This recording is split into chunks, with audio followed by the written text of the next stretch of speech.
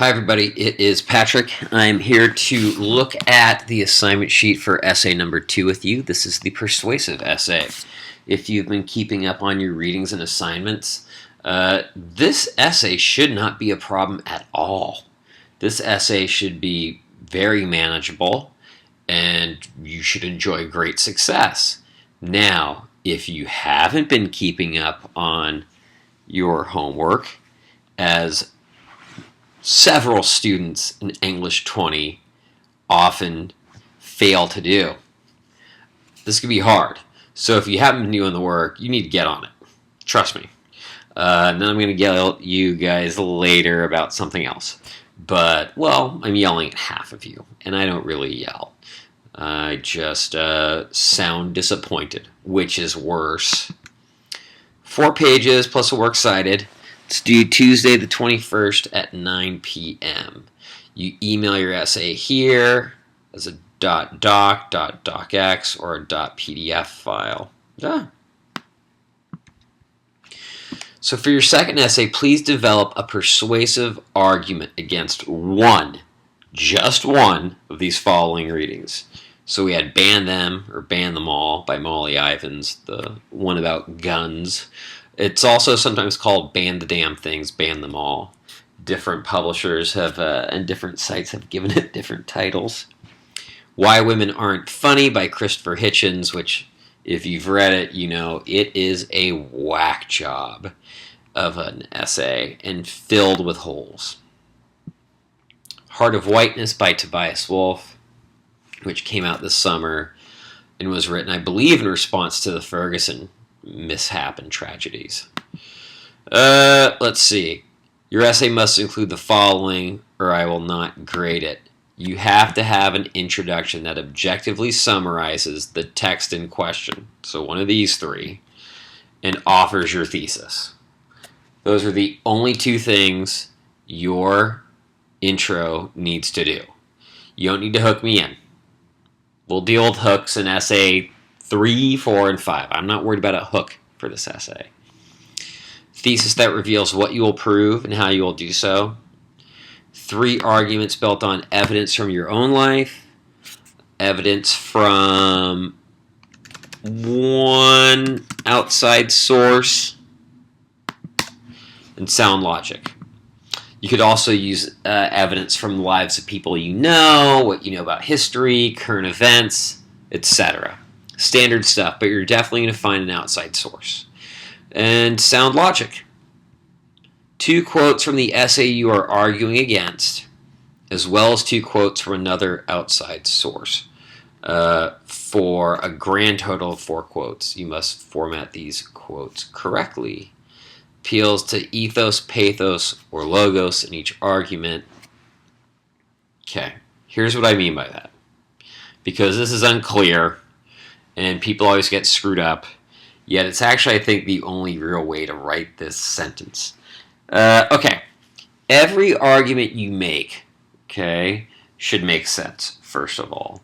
So, say you want to use as one of your arguments for, let's say you're going to argue against Christopher Hitchens' thesis in Why Women Aren't Funny. You're just going to say, you know what, women are funny. And let's say one of your examples is your mom. Your mom's hilarious. And in fact, your mom is so funny that it helped you get through your family's divorce. Say your mom and dad got divorced and your dad took off and found a different wife or whatever. And you give us an argument that reveals how mom's humor got your family through it. Well, it's logical because you're going to prove that she was funny and then provide the evidence that without it, your family would have crumbled, right? And because of her humor, it didn't crumble. But as you're telling the story, you might find yourself tugging at the reader's heartstrings. So yeah, you're showing us how your mom told funny jokes, but by doing so, it's tugging at our heartstrings. So that's pathos. So you're using logos and pathos. Okay. Let's say that you appeal to ethos by bringing in thoughts on this subject from the comedian Sarah Silverman, or Wanda Sykes or Ellen DeGeneres, right? And you're bringing quotes from them.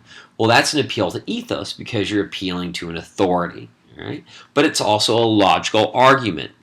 So what you want to do is in each argument, make sure you're hitting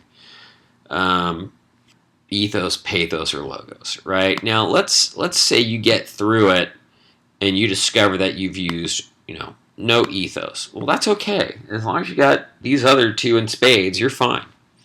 A short concession, so a sentence or two that reveals maybe how the author in question raises one good point.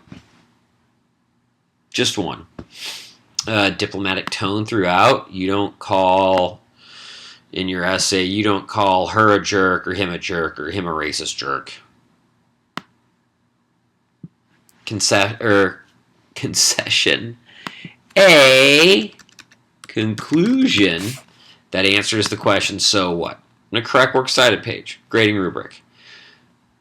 60% of this paper is making sure that you have a strong argument. So you summarize the primary source objectively and accurately.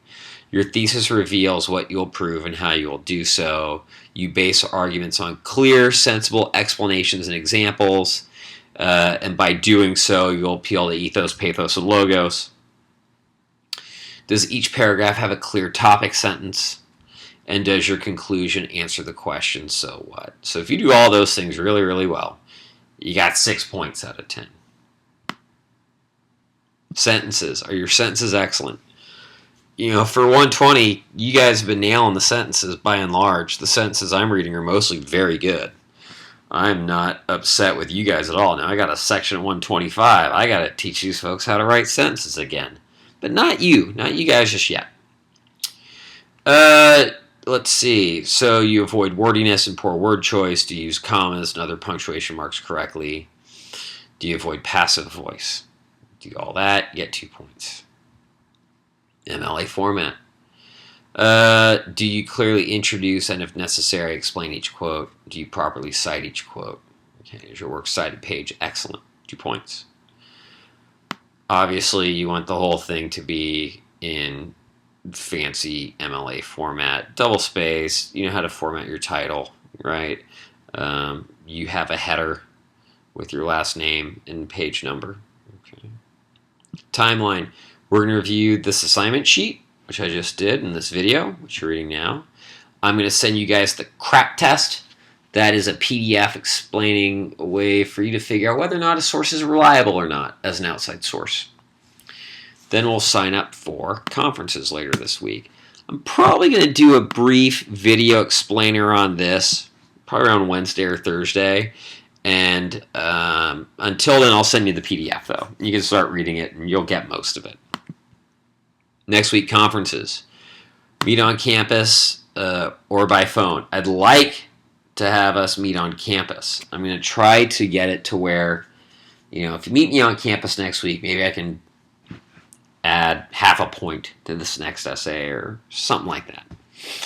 At the conference, I don't need necessarily a full essay. What I need more importantly is your thesis. I got to make sure it's very clear, a well-developed outline where what I'll do is go through it and make sure you have clear explanations and examples, and I'll show you where you can appeal to ethos, pathos, and logos.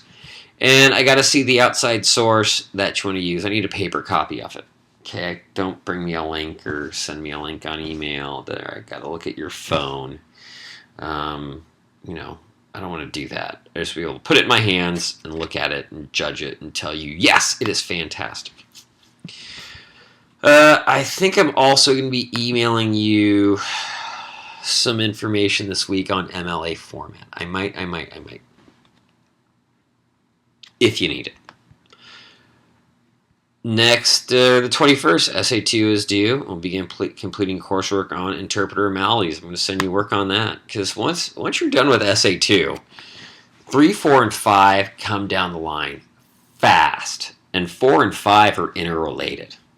Okay? So, it's coming. It's coming, dudes.